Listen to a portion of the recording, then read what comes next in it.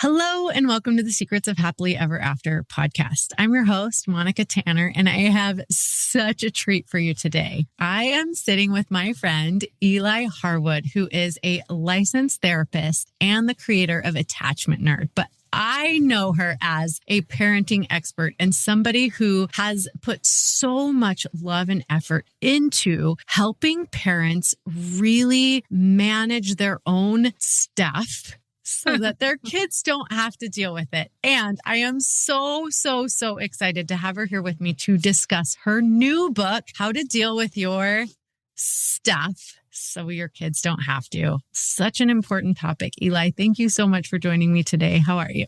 I'm good. It's so good to see you, as always. Yes.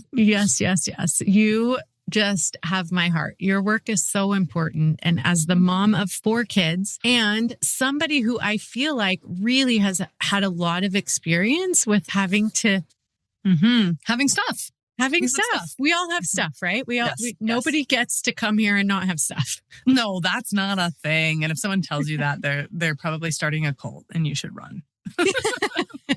Yes. I guess I have just such personal experience with a mom who had stuff and who dealt with her stuff in a very inconvenient time for me, I think. But I'm so grateful that she did. It was such a gift for me that I feel like it's such a gift. No matter when you deal with your stuff, it is the best gift you can give your kids. Well, now I want to know the story. How old were you? What was inconvenient? What triggered her to just say, okay, I need to do some work on my emotional baggage? What was that? Yeah. Well, my story is when I was 12 years old, my parents divorced. And I think that was a huge trigger to my mom of she had stuff. And so my mom left the state we were living in to deal with her stuff. So I was born and raised in Texas. After my parents divorced, she moved to Oregon.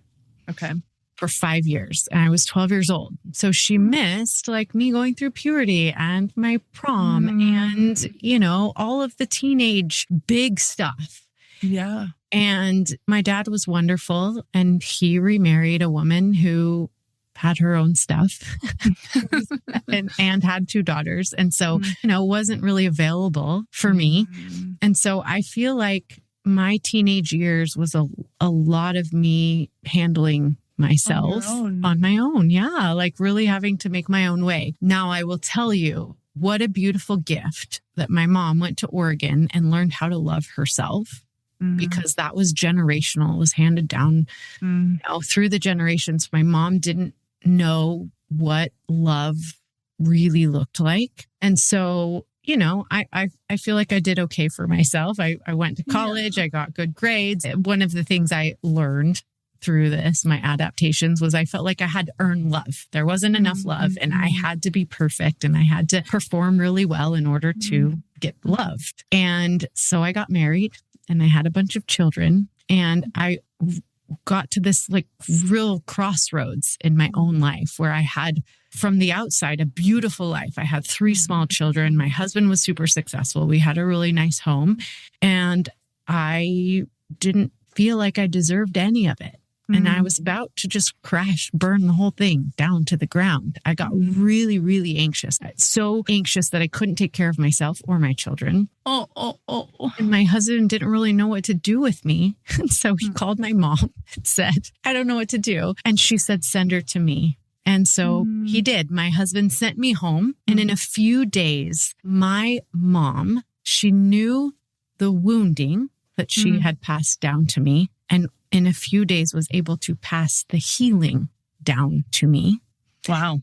And I feel like in a very short amount of time, my mom helped me heal so much of what I needed, of what that little girl, that little 12-year-old needed from my mom that she wasn't there for, but she was able to give me what I needed as a 29-year-old woman. And as a mom struggling in motherhood under the immense emotional turmoil that can come with being a mom. Absolutely. And she sent me home to my family and I was like, okay, I know I need to ask for help. I know I can't do this on my own. I know that I can't perfect my way through this. And not only did my mom hand down so much healing to me, but she also offered like ongoing support. My mom comes to visit all the time. She's a wonderful grandma. She's a wonderful, caring mother. She learned what love was. And in such a poignant point of my life, taught me that there was no love to be earned. I just was love. And I was deserving of it. What a powerful story. And I think a very rare story in the sense that your mom really like checked out of her role with you at a very tender stage of your life. And I mean, I don't know if you would use the word abandonment, but there's like some abandonment there. Abandonment issues, of course. Yes. Yeah. And yet she was able to understand that she did that to you and understand what that impact was and then show up for you at a later stage. And I think that's such an important message for parents to hear, even on a micro level of like, there are moments in our story where we don't show up for our kids, where our wounds take over and they make it hard for us to be the parent that our kids need us to be. And that we can still figure out how to be that parent later. And it isn't by beating ourselves up because we weren't there and how terrible we were. It's having an incredible amount of self-compassion so that we can then have that same compassion for our kids. I mean, that's pretty magical. My story is different in that my mom left for a week when I was 9 years old. And she checked herself into a psychiatric hospital. Mm-hmm. But so there's some parallels there because she was in the throes of raising kids and was like not okay. But where the similarities meet is that she went to this hospital and all these people were like helping her and supporting her. And she was like, oh my gosh, when I feel supported, I'm okay. It's like her brain was like, oh, the problem is I'm isolated. Yeah. And then she really paved a path forward of just a life of growth and learning and doing what you can. And for her, that was like getting on medications. She got diagnosed with depression and was struggling with, mood dysregulation around all that stuff, getting into therapy, changing who she was around. In her story, that meant eventually divorcing my dad, who was not someone who was ever going to grow or change and give her what she needed. So I think it's just really important for everyone to remember that it's never too late to start dealing with your stuff. It's never too late. I love what you just said because I've had such an enjoyable time reading this book because there's just so much good and value in this. But if you don't even open the book, the title literally is the gift. It is the gift because I feel like I had the opportunity to do a lot of this when my kids were young. My mom did it when I was a teenager. And I've seen people do it in their adulthood when their kids are adults. It doesn't matter when you do this. Doing this is the gift to your children. Yes. It's never too late. And yourself. My publisher thought, this is a very long title. So I had to be like, well, what I really, really wanted was the title to be How to Deal with Your Blank So Your Kids Don't Have to, asterisk, as much. Yes, that's right. They did give me the asterisk and the as much is on the back of the cover. But that was really important to me because, of course, our kids are always going to be dealing with our stuff to some degree. Right. Or it'll be different. But we lessen that. It's like the goal is to lessen the amount of emotional baggage our kids inherit from us. Right. And they're going to inherit some. And God bless them. They need that to have a meaningful cycle breaking experience themselves. Exactly. Right. Like every kid deserves to do a little bit better than their parents did when they're raising their own kids, if they so choose to raise kids. Right. But we can do things that change their level of load. And that's the goal. Just lighten it, even if it's a little bit, even if it's when they're teens, even if it's when they're 40. My grandma gave me this really incredible gift at the very, very end of her life. She didn't give it to my mom. I wish she had been able to give it to my mom. But we were at her nursing home and my mom's friend was visiting and she had started to have a little dementia at this point, but she looked over at my mom's friend and she looked over at me and then she said to her friend, her name's Heller. She said to Heller, she goes, have you seen her parent? And my grandma has not talked about my parenting. She has not complimented my parenting. She was always annoyed with kids around. Kids are annoying. They're too loud. And then Heller said, oh, I have. And then my grandma goes, she's having so much more fun than we did. And it was so sweet and innocent. And I thought, oh my gosh, thank you. Thank you. Because the gift was her inner child understood what I was doing with my kids was right. She understood it. She could never, her pride, her shame, her stuff was always in the way of her being able to just be free and enjoy it. She was never able to say to my mom or to me, I wish I had done this differently. That would have been incredible if she could have said, hey, I wish I had been more free with you or more playful with you or less critical of you. Honestly, she was critical of my mom till the day she died, my poor mom, as my mom is literally taking care of her. I think my mom and my grandma had that same exact relationship. It's really interesting. We really seem to fall on the same part of the cycle breaking tree, I think. Yeah. But, that it was weeks before she died, and that was still not too late. Like, that was still a gift to me to have her just acknowledge in the smallest way that, she left a lot of heaviness and harshness around all of us. Mm-hmm. So I don't know, that maybe that's the core message I want everyone to hear on this particular conversation is start now. Yeah. Start now. It's never too late. It's cool because I always say, you're going to wound your kids. Like, that's the point. But you may not wound them in the same way you were wounded, right? Like, that's what's really cool is that cycle breaking opportunity that we all have. Yes. So here's a cool story. So my 17-year-old has prom this weekend. Okay. And originally my husband and I had a trip planned because we didn't know the date. And so when I found out it was my daughter's prom, my mom missed all my proms. She wasn't there to help me get ready, right? And so when I found out when her prom was and that we were going to be gone, I was like, not going to be gone. Move the trip. And we took a financial hickey, right? Like moving the flights, moving the hotel room, moving the rental car. It cost a significant amount of money. And I was so grateful that A, we could handle that additional cost. 2, that my husband knows me well enough that he knew how important it was for me to be there for my daughter's prom, that he knew that I was not going to be happy sitting on a beach somewhere while my daughter was getting ready for prom without me. Like, it just wasn't going to work out, right? Yep.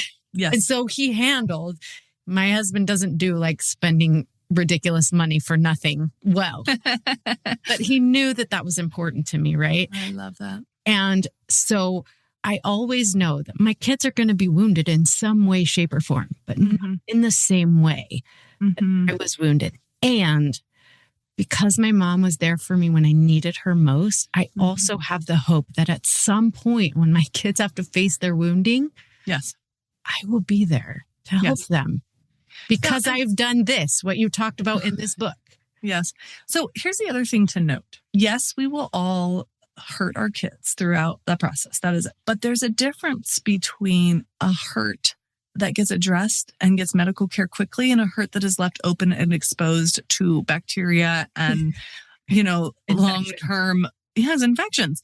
And so I think the difference between kids who have secure experiences with their caregivers and kids who don't is not the absence of hard stuff. It's the presence of repair around that stuff.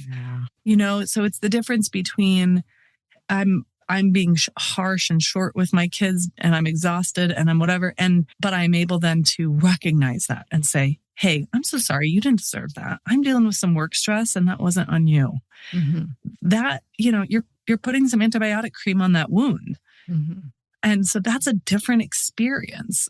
So I think that's really important. Actually, one of the chapters in the book is how to deal with the perfectionism habit, because I think so many people, and this can be true for me as well, when you have had insecurity in your childhood and you've had capital W wounds that did not get cared for and did get infected, then there's this pressure of like, I don't want my kid to have that. I don't want my kid to have that. And that actually becomes itself the wound because there's this pressure in the relationship instead of an acceptance of, we're messy. We're emotional creatures. We don't stop being emotional creatures at any point in our journey.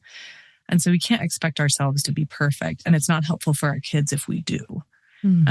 It's much more helpful that we become people who can say, oops, I don't like the way I just handled that. Oh, I'm noticing that I've been distracted for a season of our relationship and I'm really going to course correct on that. So, let me know if you're noticing something that is distracting in me and that is getting in the way of you and I and things you need from me. Yeah. I love that idea of, I just did a whole podcast series, like you're literally the end of it, right? Is it's spring doing a relationship reset, right? Like it's we're going to make mistakes. We're going to get off course. Like you said, we're going to be distracted with this or that or the other. We might forget what our values are at times, right? But it's nothing has gone wrong, and we don't have to burn it all down to the ground. It's like, let's course correct.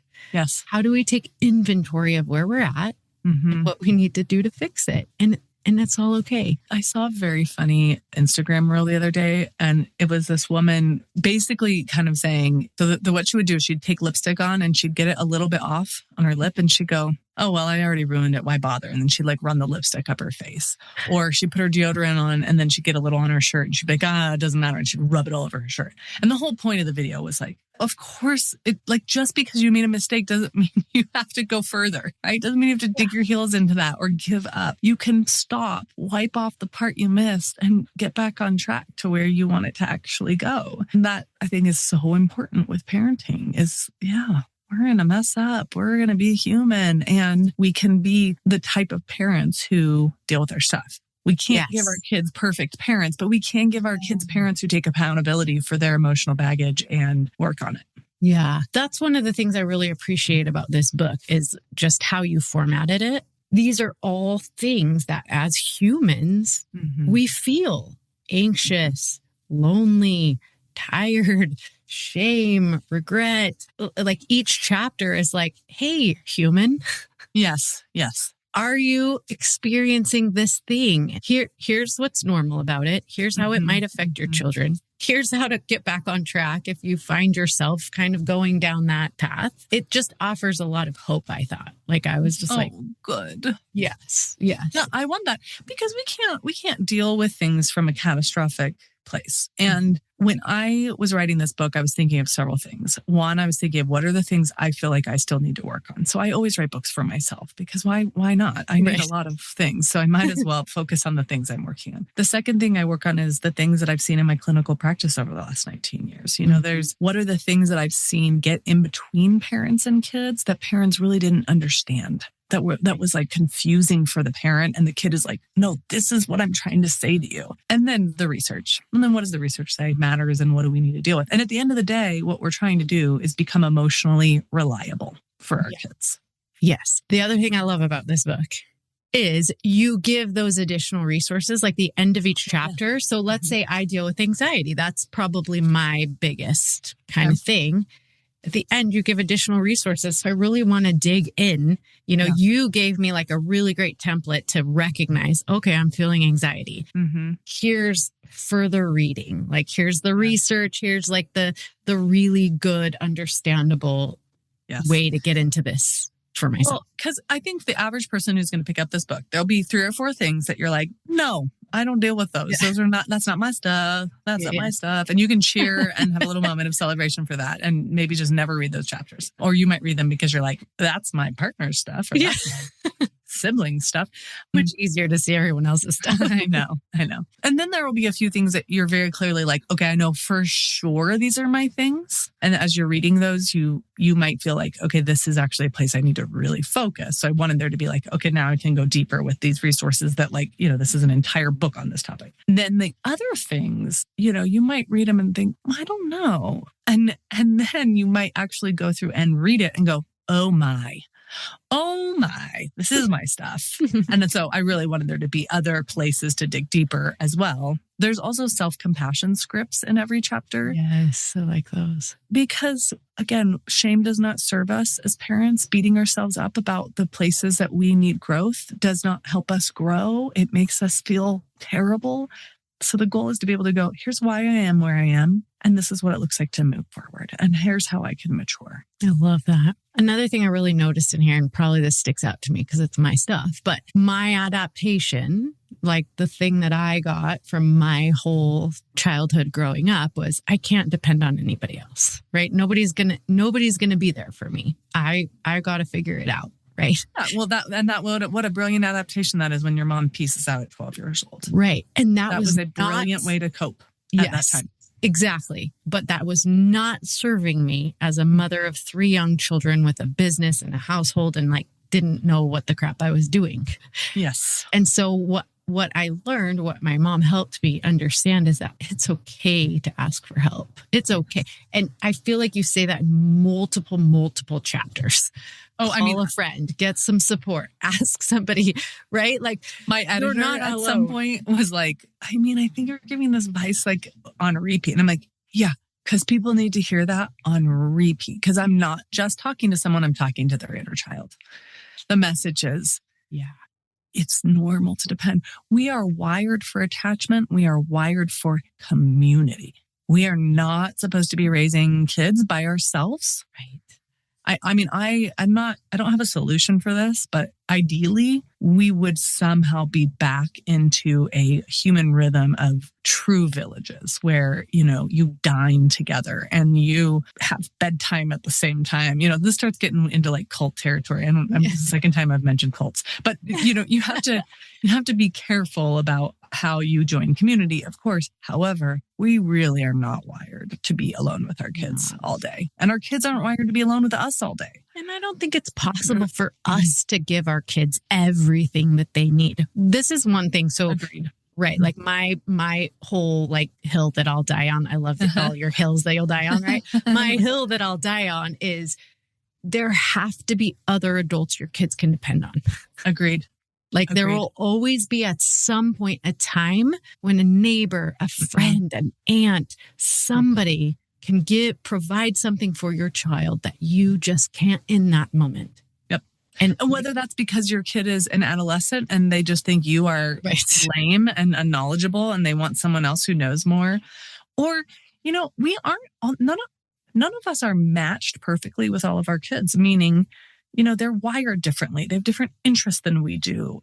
There's a developmental experience for them that you've never had because they're growing up in a different generation than you did. So having people who can meet them in those places differently than you is huge.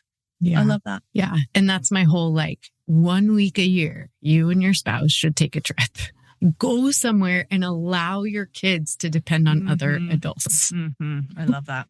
Absolutely. If you can, obviously, there's so much, anytime we have conversations about parenting, I'm very aware of privilege and how privilege affects parenting. And, in an ideal world, everyone would have the social infrastructure to be able to take care of themselves and their kids in all of the ways that we talk about. And I know not everyone does. So if you don't have that, let's say you're a single parent, you don't have a partner. So not only is there no once a week, once a year, 1 week a year. Yes. But then there's no partner at all. Right. And so if that's the case, that might be meaning that you take a couple of days a year to go be by yourself while, someone is with your kids. And that might not be something that can happen until they're older. And there's a lot of nuances, but when you can take care of yourself, please do. Please do. Yeah. I am aware that I have this amazing village and I'm so lucky that I get to raise my kids here. It's like a smallish town, and I always joke. I'm like, you're not going to be able to get into too much trouble. Someone will recognize you. That's so great. It will really get back to me. So just be aware of that. That's really cute. Oh, goodness. Well, Eli, this is so fun. What is I love bad marriage advice. And so obviously I love good advice. What's your advice to parents? What from your heart, all of this work that you've done and all of this experience that you have, what would you tell a mama or a father who is just struggling with I don't know what I'm doing? The building blocks for relationship are inside of you. You are wired to have a positive relationship with your kids, and you may have to unlearn some things that you learned to adapt in your own childhood, but it's in you. And that instinct in you to take care of them, focus it on having a positive relationship with them. And you do that by having a positive relationship with yourself and your emotions.